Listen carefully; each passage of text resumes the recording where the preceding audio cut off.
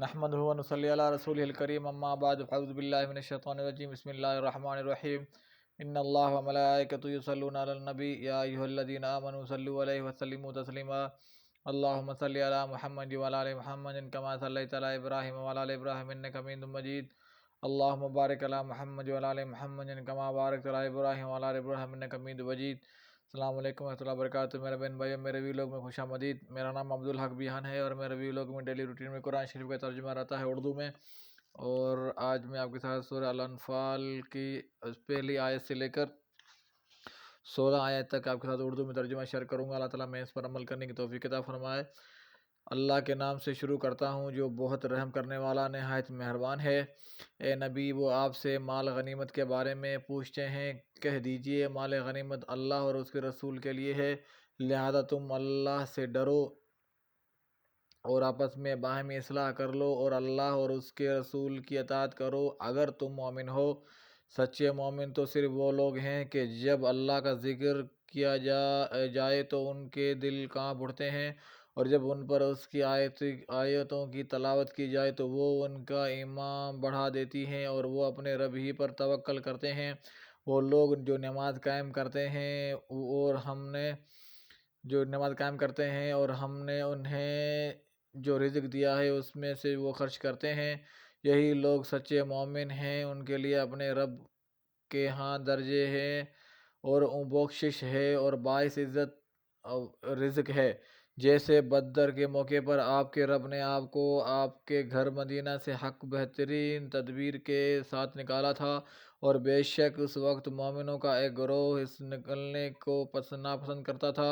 وہ آپ سے حق کے معاملے میں اس کے واضح ہو جانے کے بعد جھگڑتے تھے، گویا کہ انہیں موت کی طرف ہانکا جا رہا تھا اور وہ اسے دیکھ رہے تھے۔ اور جب اللہ تم سے دو گروہوں میں سے ایک کا وعدہ کر رہا تھا کہ یقیناً وہ تمہارے لیے ہے، اور تم چاہتے تھے کہ جو غیر مسلم تجارتی قافلہ ہے وہی تمہارے ہاتھ لگے، اور اللہ کا ارادہ یہ تھا کہ وہ اپنے فرامین کے ساتھ حق کو ثابت کر دکھائے اور کافروں کی جڑ کاٹ دے، تاکہ وہ حق کو حق کر دکھائے اور باطل کو باطل کر دکھائے، اگرچہ مجرم لوگ اسے ناپسند ہی کریں۔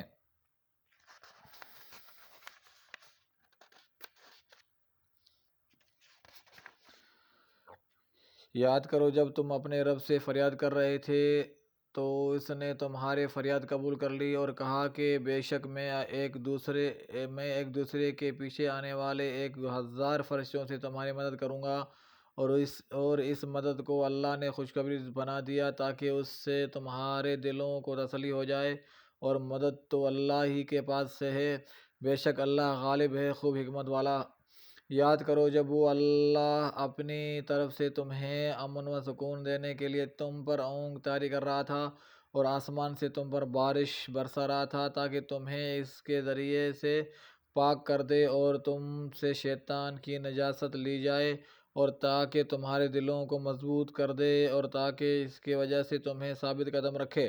اے نبی، جب آپ کا رب فرشتوں کی طرف وحی کر رہا تھا کہ بے شک میں تمہارے ساتھ ہوں، چنانچہ تم ان کو ثابت قدم رکھو جو ایمان لائے ہیں، میں جلد ہی ان لوگوں کے دلوں میں رعب ڈال دوں گا جنہوں نے کفر کیا، چنانچہ تم ان کے گردنوں پر وار کرو اور ان کے ہر پر ضرب لگاؤ، یہ اس لیے کہ بے شک انہوں نے اللہ اور اس کے رسول کی مخالفت کی، اور جو کوئی اللہ اور اس کے رسول کی مخالفت کرے گا تو یقیناً اللہ سخت سزا دینے والا ہے۔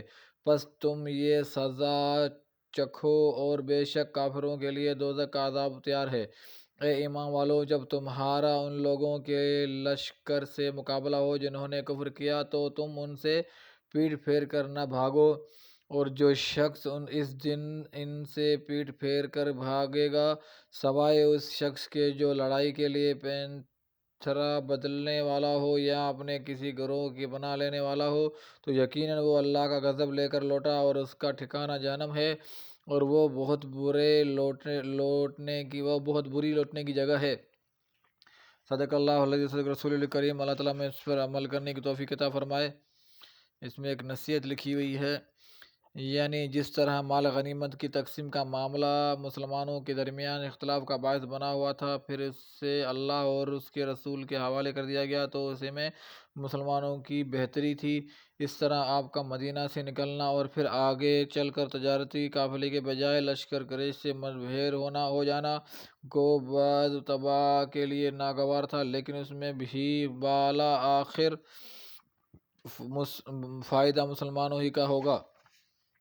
یعنی فرشتوں کا نزول تو صرف خوشخبری اور تمہارے دلوں کے اطمینان کے لیے تھا، ورنہ اصل مدد تو اللہ ہی کی طرف سے تھی جو فرشتوں کے بغیر بھی تمہاری مدد کر سکتا تھا۔ تاہم اس سے یہ سمجھنا بھی صحیح نہیں کہ فرشتوں نے عملاً جنگ میں حصہ نہیں لیا۔ احادیث سے معلوم ہوتا ہے کہ جنگ میں فرشتوں نے عملی حصہ لیا اور کئی کافروں کو انہوں نے طیخ کیا۔ صحیح بخاری و صحیح مسلم، کتاب المغازی و فضائل الصحابہ۔ اللہ تعالیٰ ہمیں اس پر عمل کرنے کی توفیق عطا فرمائے۔ اللہ تعالیٰ ہمارے گناہ معاف فرمائے۔ اللہ تعالیٰ ہمیں زیادہ سے زیادہ نیک عمل کرنے کی توفیق عطا فرمائے۔ اللہ تعالیٰ ہمیں سیدھے راستے پہ چلنے کی توفیق عطا فرمائے۔ شاید دوسرے ویڈیو میں پھر ملاقات ہوگی۔ السلام علیکم و رحمۃ اللہ وبرکاتہ۔